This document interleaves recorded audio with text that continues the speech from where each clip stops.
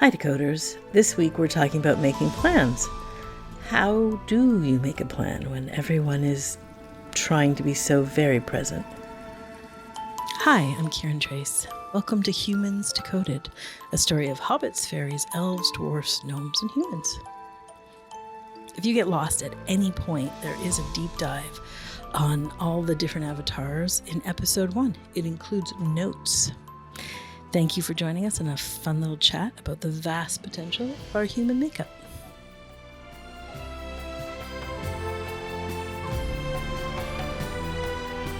Hi Leela, hi Cami. Hi Cam, hi Kieran, hi Decoders. It's great to be with you again this week. I recently had a day when I was a little bit identified with my stuff, and there was a lot of noise around, like, what did I do wrong? Where did I go wrong? Like, why am I in resistance? Like, what should I do to fix it? Da da da da da. And then out of the blue, the friend I was staying with was like, hey, do you want to clean up the garage? And I did. Yes, I did. And it was only like moving a few bulky items and organizing the garage for a little bit. But it was like the moment just did itself. It felt super light. I didn't have to be so involved in trying to get it right or dissecting, the movements, like tracking. And so it was like, oh, here's a new moment. It's really sweet. It's with a friend. And that kind of washes away the grip. And then the day just kind of opened up again. So, how do we do that over and over? How do we make a plan so that the day just kind of like releases and just opens up like that? It's a question I often get.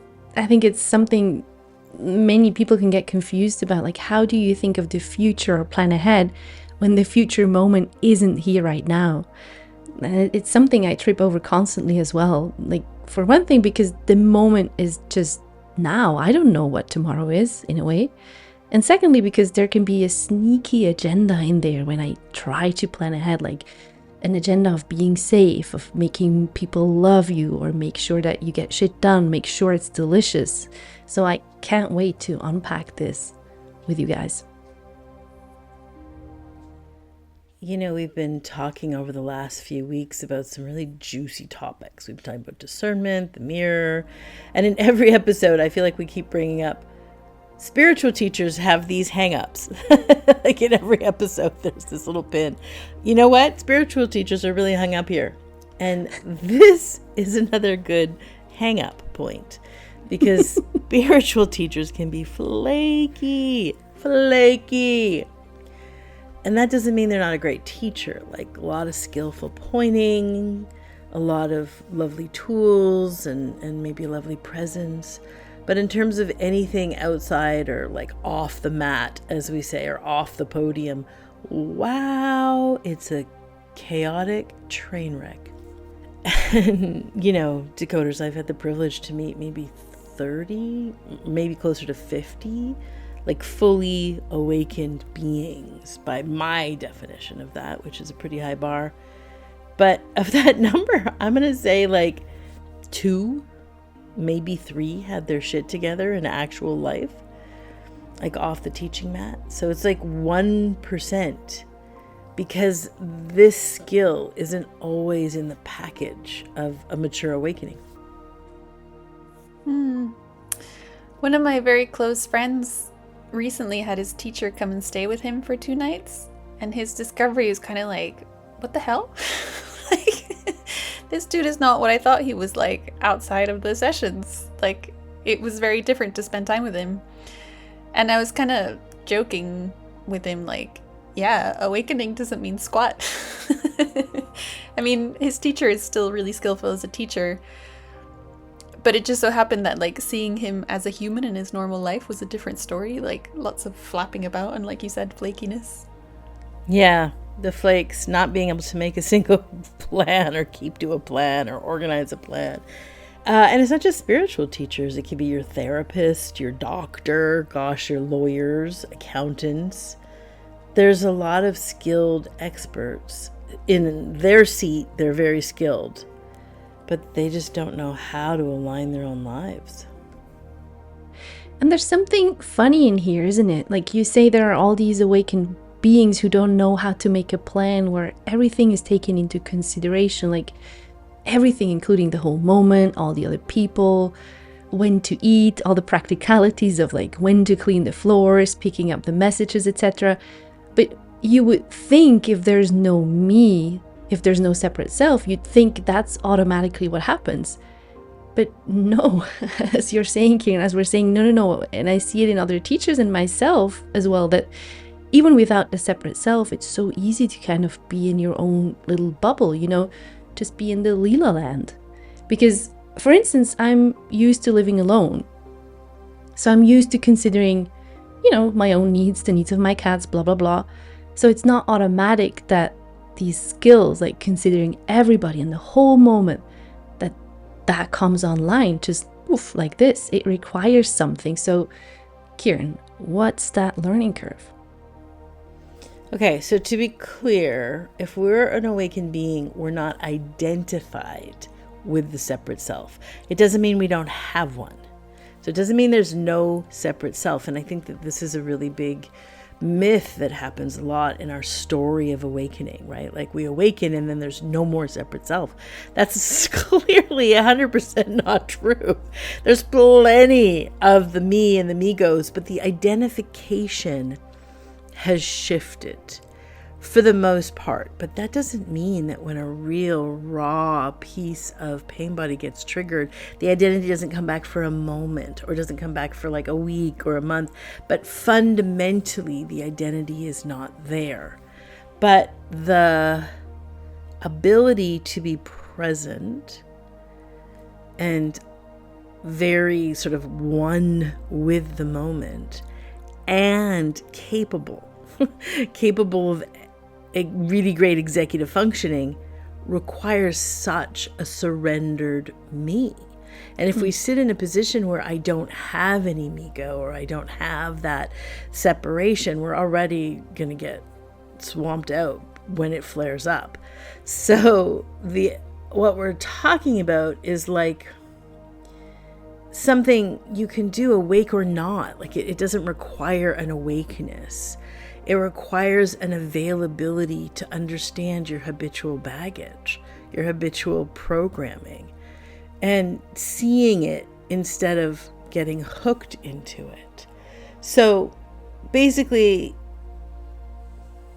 there's kind of a surrender into the moment. And that sounds really abstract and maybe even very spiritual, and I want to avoid all that always. So let me put this in a real practical term. So as we were getting ready to meet to put this episode theme together, I was sitting out on a deck and I was watching this baby bobcat stalking some deer, these little baby deer in the forest. It was kind of this magic moment, just sitting on my deck. And the meeting was starting.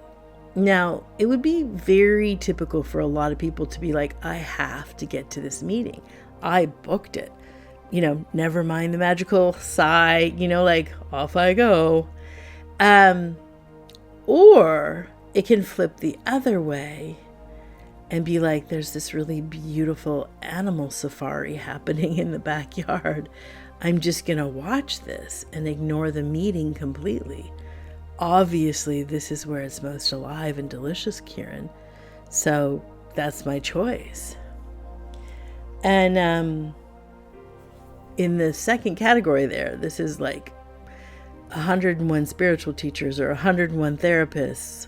Like there's a big me-go in there that's deciding the magic is more important than the meeting. And there's a separation that's editing, and that's a real recipe for getting burnt out, because you're sort of like all on or all off. Like when you're in therapy or when you're on the mat, you're sort of the teaching mat, you're all on, and then as soon as you're off the mat, you're totally off. Like just bubbled into your own vacancy. So I think that this could also describe a lot of parents. When they're with their kids, they're all on. And when they're like away from the kids, they're all off. And it's like a real recipe for disaster and burnout. I just remembered this one example of this guy I set up a date with. Like, we met on an app, and he like had lots of spiritual background and whatever, and it was like, oh, okay, he sounds cool. And then on the day we were gonna meet, he postponed 3 different times because apparently he was having some kind of like really like emotional, like, I don't know, chat. And so by the 3rd time I was like, okay, if we don't meet now, like, let's just call it off because this is like not it. And then he showed up and he told me that he also missed a house viewing appointment, and he's like looking for a flat. So right, so this magical insight or this magical unraveling or this magical, healing moment is occurring. So everything else gets edited, ironically, by a separate me. That's a separate me, not the moment. Yeah. Okay, so I love it. Let's go back to like the practical scenario. So there I am on the deck, and what I have to do is I have to wait open-handed, like really, really open inside of that moment, which usually it's only a few minutes. It's not long. So obviously, animal safari, baby bobcat, baby deer, very, very, very alive, hilarious, interesting, but also needing to communicate with my co-hosts, needing to start a meeting. So I'm listening. I'm just inside this moment, listening to the whole moment. I knew I was going to disturb the bobcat if I started to make a call or went into it, but I didn't zone out there in my bubble. I listened. Where is the space in this magical unfolding moment to connect with my cohorts and have the meeting, the magical moment, the deck, the whole thing represents the moment. I don't have to pick. I'm not cherry picking inside of it. Right. So I'm listening, and there's to say there's not a lot of me's popping up. I should. But I'm just like blowing them away for the moment instead. And there it was, post pounce, a very soft opening to communicate with my host. Hey, you guys, this is what's going on. And the host got, like Leela and Cam got to get engaged, and then they wanted to watch. I had video footage to show them. It was like organically brought the animal safari into the meeting. Like organically life put the parts together. They were already together. And the moment includes all of that. And it'd be really easy, right, to bubble off like Cam's example and be like, no, I'm having this really deep insight. It's not possible to include the rest of the moment.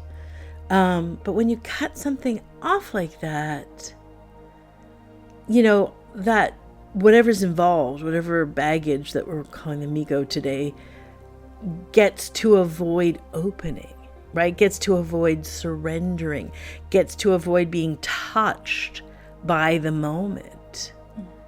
And ironically, even that is in the moment and doesn't have to bubble off. Like literally letting everything be on the table. And the being is just simply listening. Life strings them together.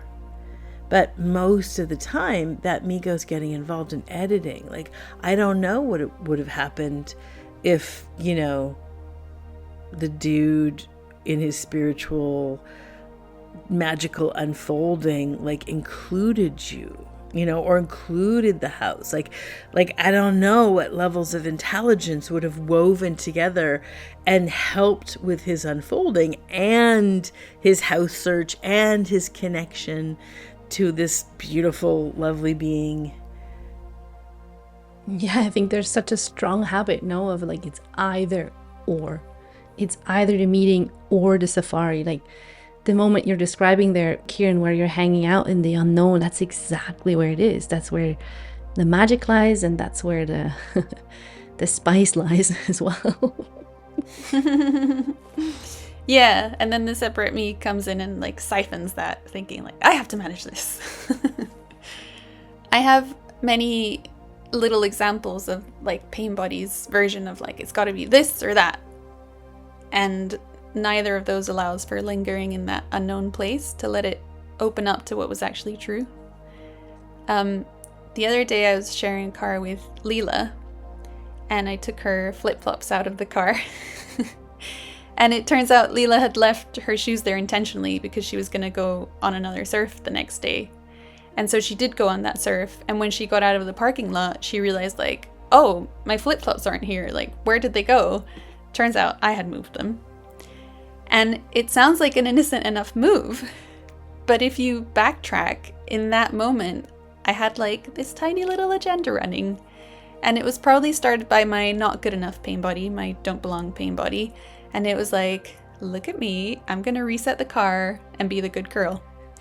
And if I track it in my system, like I cleaned out the car, but that extra move to like take the flip-flops out, it was actually effort. It was actually a push.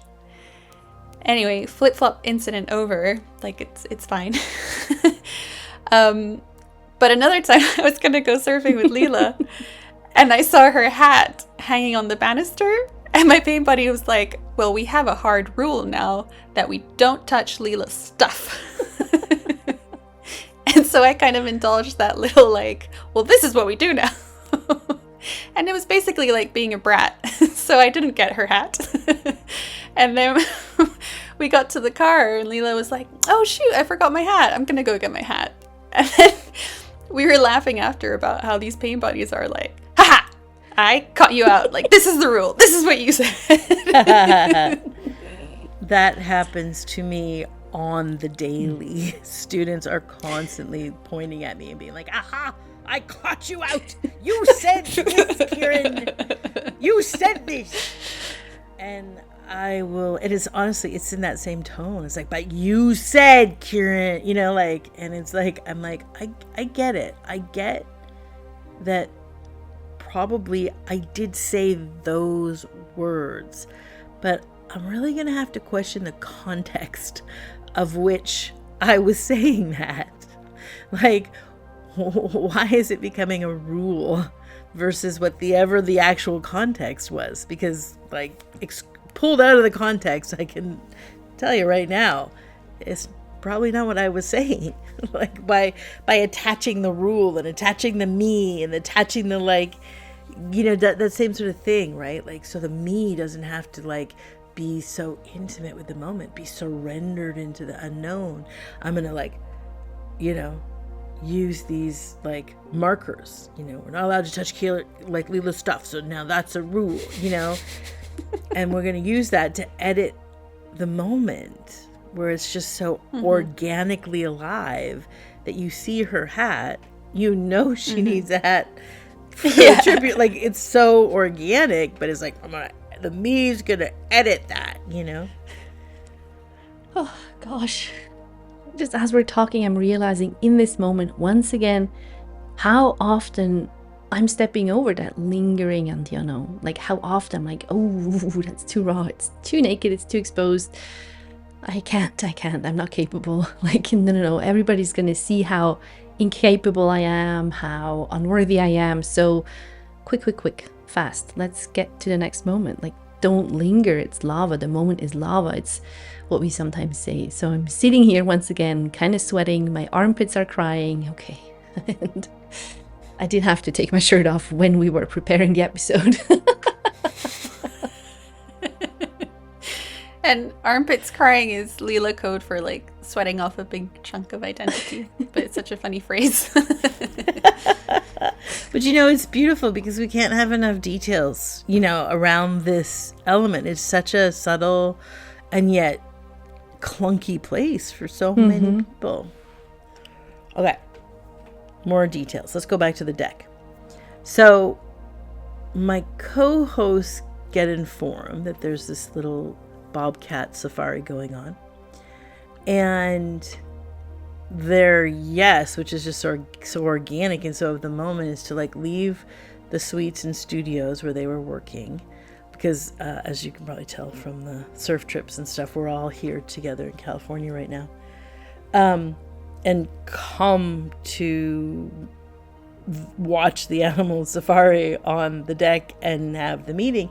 And so in my head, the me is like, or just even awareness is like, I know this deck. I don't have meetings on this deck because the sun moves in funny ways across it. And there's these like scorching hot spots. And they change. But I had to just like sit and listen. You know, Cami's like, gosh, let's meet on the deck. And Leela's like, oh God, yes, let's watch the animal safari while we have a podcast meeting. And so I had to kind of just like linger, like in a way ignore these awarenesses if they weren't like alive, if they were just fear, you know. And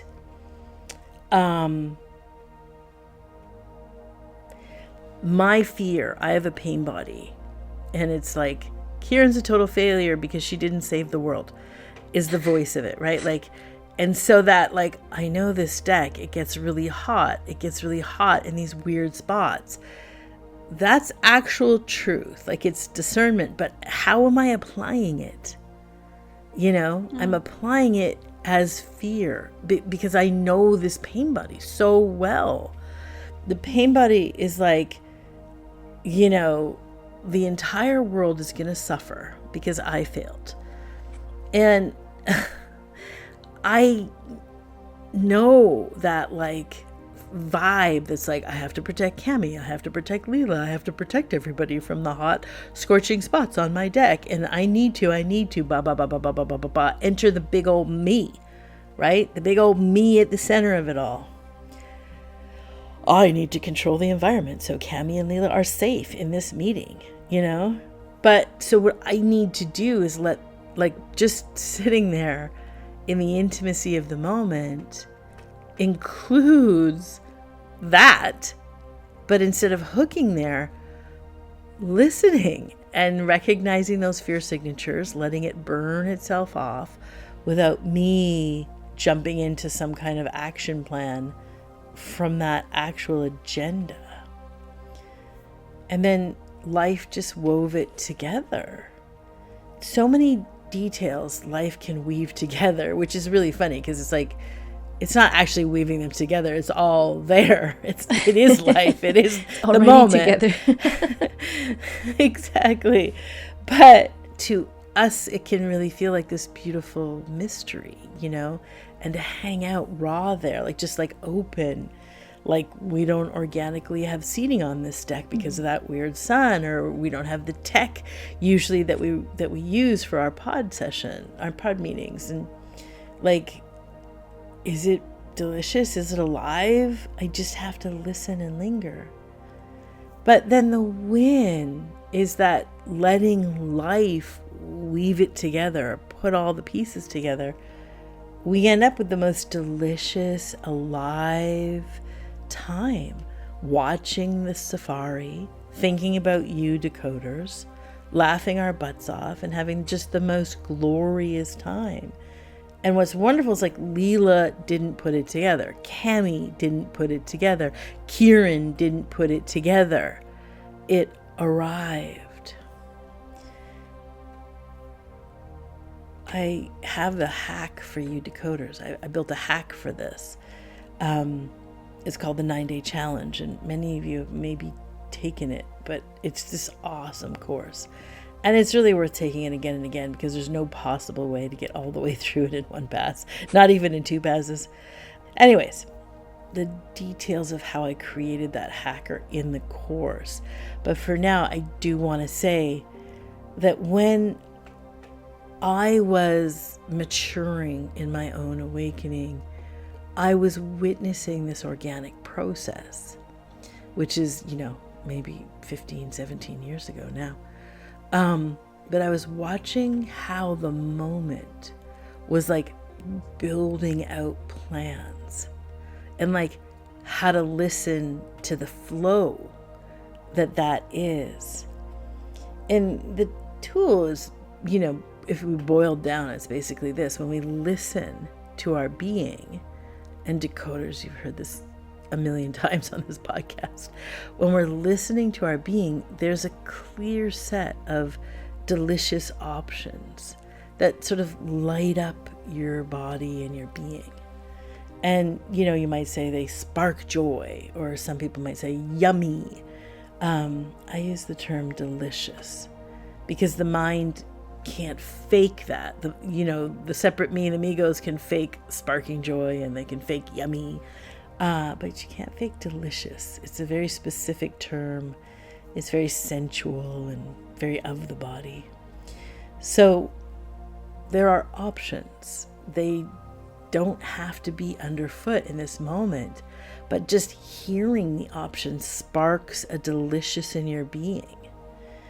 And in the moment that you're hearing the options, if you're present, you'll hear that spark, and then you can just throw them on a whiteboard.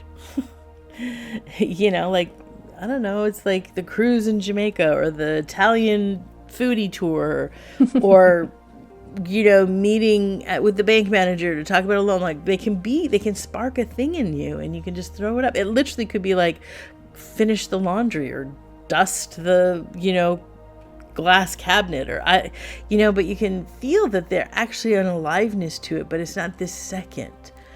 And then you have that whiteboard, and you can reflect on it when it's true, and see in a single moment which option is actually underfoot. And you might even get more information in that awareness. Like if you're regularly referencing that whiteboard, all those beautiful things are there. Some of them populate a little more detail, like when, or how, or with who. I have a tiny example that happened to me the other day of that. On my whiteboard, which at home I have an actual whiteboard where I've written with the Sharpie, like the top, it says whiteboard of life. And then that's where I throw out my things. But here I just have like my notes app. And on that, whiteboard has been upload my credit card statement to my accounting software. And it's been on there for ages. There's kind of a deadline looming. And then one day I was like, okay, I think it might be the moment. I'm just going to like upload them manually, which meant like downloading each statement manually. And I was like, whoa, this is like horrible. This is pure effort. And so I backed off. And then an hour or two later, it was just this like bing, like, oh yeah, it's actually completely automatic. Like I just sync up the credit card to the accounting software and it does it itself. And it was just one of those moments of like open hands, like, oh, right, here it is. Like, now's the moment. And then it ended up being totally delicious to do accounting for 2 hours. Who would have thought? So this is a kind of more sneaky, subtle example of like trying to siphon the moment with like a little bit of agenda. I think you see it in spiritual settings a lot, like maybe at a retreat or a satsang.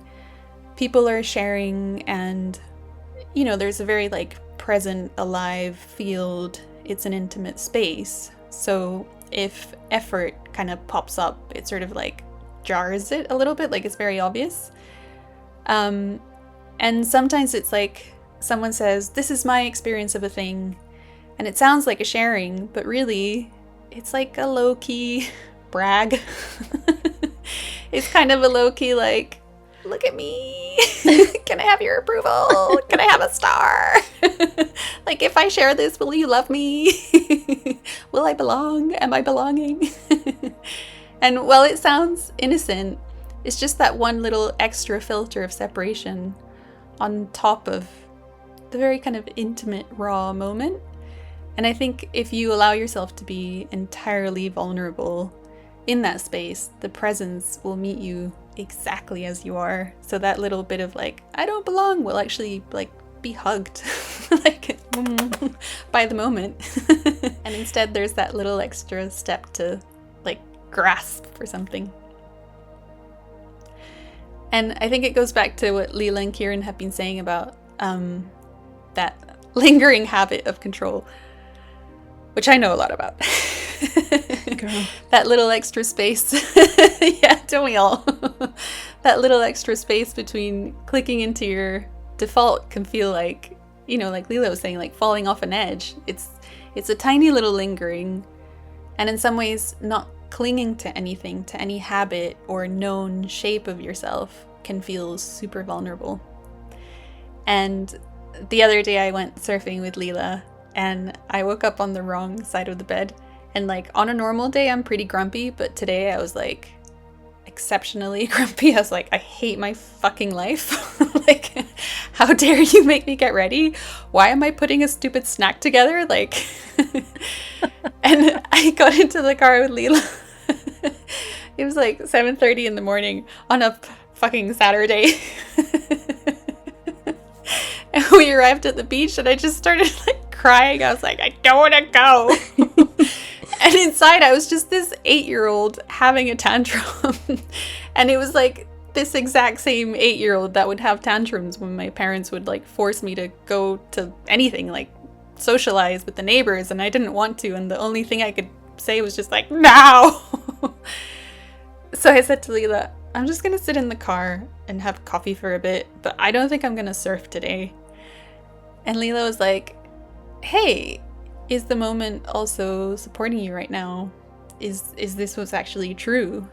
And what it felt like in that moment in my system was that I don't know what it's like to not indulge this habit. It's so familiar, like so weirdly gross, but comfortable. And kind of addictive just to like have this tantrum and tap out. But it turns out it was absolutely 100% more true to get out of the car, put my wetsuit, see what happens. And then we went surfing, and we ended up having the longest surf we've ever done together. We went to 2 beaches back to back. And then I ended up going surfing the following day again. And I don't know, like something unlocked in me. There's just like all this like capacity for movement that's just like, wow. And it was like, am I gonna choose the habit and fear, or just like leap into this unknown? And it's never a huge leap. It's usually like this tiny little ledge that you step off of, and then you're actually landing on this like soft feathery pillow. Yeah. Let me tell you about my control.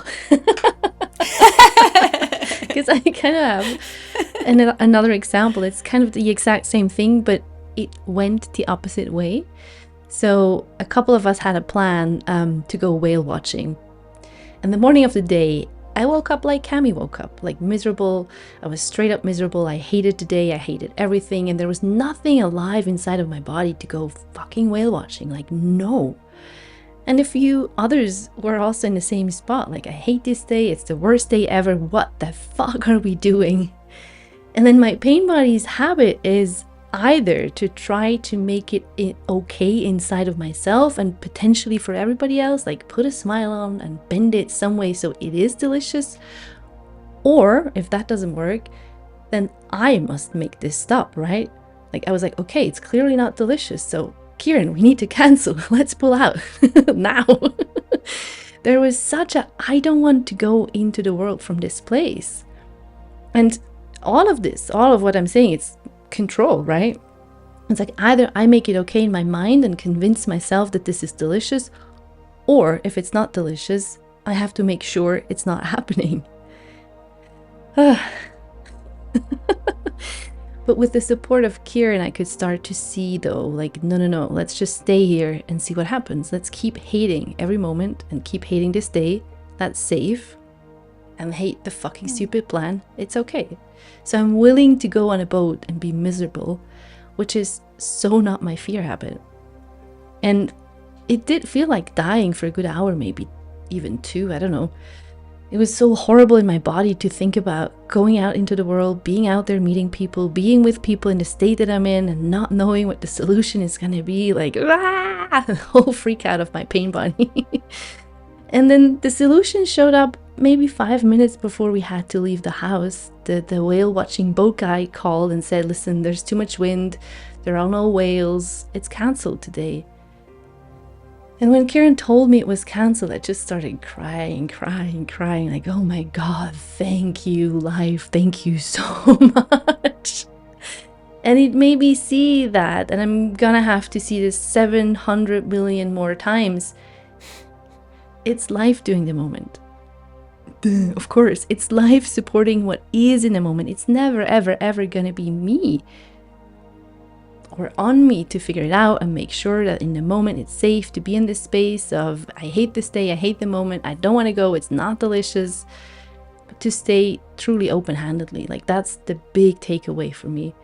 And in hindsight, I can see how my agenda to be in control uses our beautiful tool called Delicious Yes as a way to know that I'm safe, as a way to know I'm doing the right thing, which is bullshit, of course. Safety is in the moment, it's not in my agenda, but Pain Body doesn't know that. Only awareness does. Yeah, it's so beautifully nuanced, and it's a subtlety, but it's loud and it's important. So what we're saying is that there's something about listening. It's not like we made a plan, but today feels awful, so cancel. It's just the open-handed listening. It's not the plan stays, so you all get a chipper attitude, turn that frown upside down. Kindness is the easiest thing to do. An aligned plan is listening to the whole moment, and it includes you. But it's not exclusively you. It's not exclusively your attitude that decides if a plan is alive or not. So, I don't know, let's do another example. Maybe your parents call and they're like, will you come for Christmas this year? We'd love to see you and your husband and the kids. And your answer at first could be, let me listen and get back to you if it's going to align for us. Then it goes on your whiteboard and you don't block it out of your awareness. Avoid looking at it because, there's so many pressure points in there. I should go see my parents. Last year we weren't there. They haven't seen us in a while. It would make them so happy because what kind of a special Christmas is it going to be if we don't go with the kids? They're so lonely if it's not blah, blah, blah, blah, blah, blah, blah. So that's a lot of shoulds. They're there. They're allowed to be here. We're not looking for a place where this is not happening for you. We don't have this sort of bar that you're going to do your healing until one day this doesn't arrive. We're talking about this moment right now. You're allowed to be here. Obviously, all of these little triggers and pressures and habitual baggages are here. Most of us miss that. And then the me-go convinces you, you should not have any of these voices. And then drives you into this avoid space. But awareness can stay in. Like the grumpiness that Cam's talking about. Wait, listen, at some point. And you don't know if it's 3 months from now or next week. And do you know what? It's so delicious to go home to Kansas City. But and see my parents for Christmas, but I'm not going to stay with my family. That's not alive. In fact, what I want to do is stay at my aunt's gorgeous condo because she's never there. And then I'll get to see my cousin because it turns out she's going to be in town that year. So I'll spend one evening, Christmas Eve, with my folks. Oh my God, it's alive. It's very delicious. I can feel it. I have another small example, and it's really tiny in a way. Last night's dinner, when we're all together here in California at Kiran's place, we have all these dinner ideas up on a whiteboard, and we have, all the ingredients for these dinners to cook them together. So we've already listened to our bellies for what options feel delicious. And then yesterday came and I could hear my belly saying, pasta with sauce bolognese, please, which wasn't on the whiteboard. And it sounds like the tiniest little thing, like it's a no-brainer. Like, why wouldn't you risk voicing that idea or that desire? And in that moment, I noticed it felt a little bit like walking out on a ledge, so to speak, and, saying to the group, listen, my belly really wants that. What does your belly say to this suggestion? And I would say habitually my control would be like, no, the plan was this. And then let's just force that on top of the desire of my belly, like eat the pork chops, shut up and eat them. The whiteboard says pork chops, we're having pork chops. And I'm following the rules, So stupid. But that tiny little bit of jumping into the unknown, it opened up such a fulfilling experience last night for me, like making the meal. It was pure joy, such fulfillment. And then eating the delicious meal with all these beloveds who were equally fulfilled, like, oh my God. the I, or my control pattern, couldn't have known that beforehand, that my fulfillment equals everyone's fulfillment. Even though, that is literally one of my truth statements, and it's one that's on the fridge. Here, if it's your delicious, everyone else will already be included.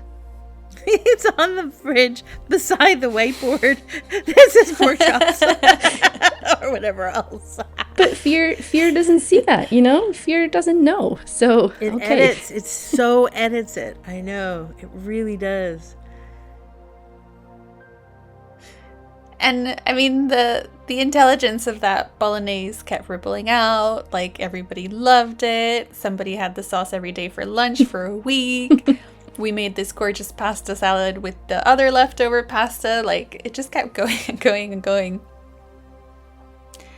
And as we're here post-retreat with Leela and Kiran, there's a constant invitation to look at the whole moment and have a global awareness beyond Cami's habitual bubble.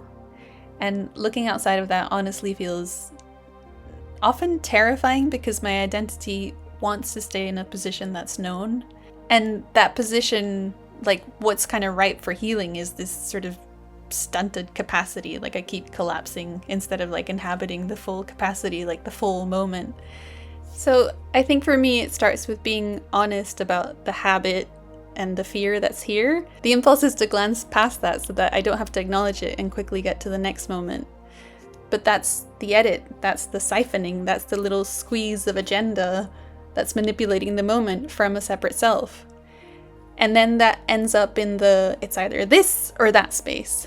And it doesn't allow for the fluidity of the moment, for that secret third option that the moment can bring up. Like, the whale watching trip gets cancelled, or the moment includes all of us on the deck watching the safari, or I don't have to effort through my accounts because life pops in this really simple but inspired solution. And one of the really beautiful things we looked at in retreat was how to not edit the moment. If a pain body's here, it doesn't mean it's accurate or true. It doesn't mean you're broken. It just means that there's a pain body here. And that's not a problem for awareness. So in order to make an actual plan, you have to allow your pain body to be here. It's fine, without allowing your pain body to just like whip the moment into shape. And surfing is such an embodied experience of exactly this for me.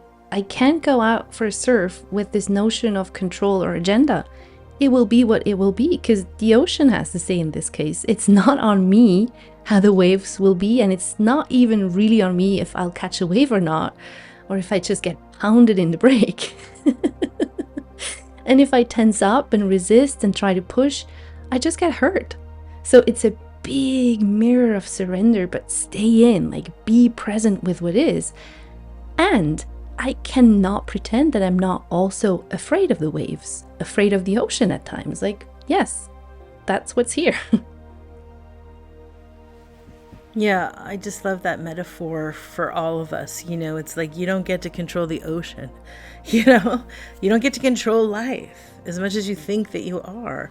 And you don't get to control whether you're afraid or not. And you don't get to tell some spiritual story called I don't have any fear, so therefore I'm awake, or I popped this pain body, so now I'm liberated. Like, it's not like that at all. And instead, like the wind, the wave, your fear, it's a very surrendered thing.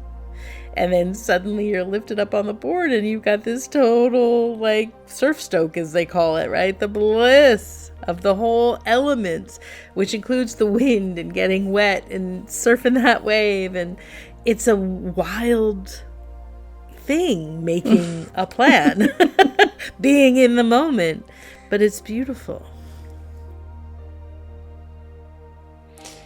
Well, there you have it, decoders. I'm telling you, this is landing in real time along with you guys. So thanks for being with us all. Please leave a review if you should so want. We would be super grateful. We'd love for this podcast to just get out to the people that need it. Thanks for listening. Talk to you next week. Bye. We'll be here next week, guys. Bye. Bye. Thank you for listening. We obviously love hearing what you think. Your feedback helps us make a better show for you to listen to. So feel free to comment, and you can do it at Facebook, which is the Humans Decoded podcast. And if you're not on social, you can always email any questions to us at outreach@kirantrace.com. And thanks for listening. We love you.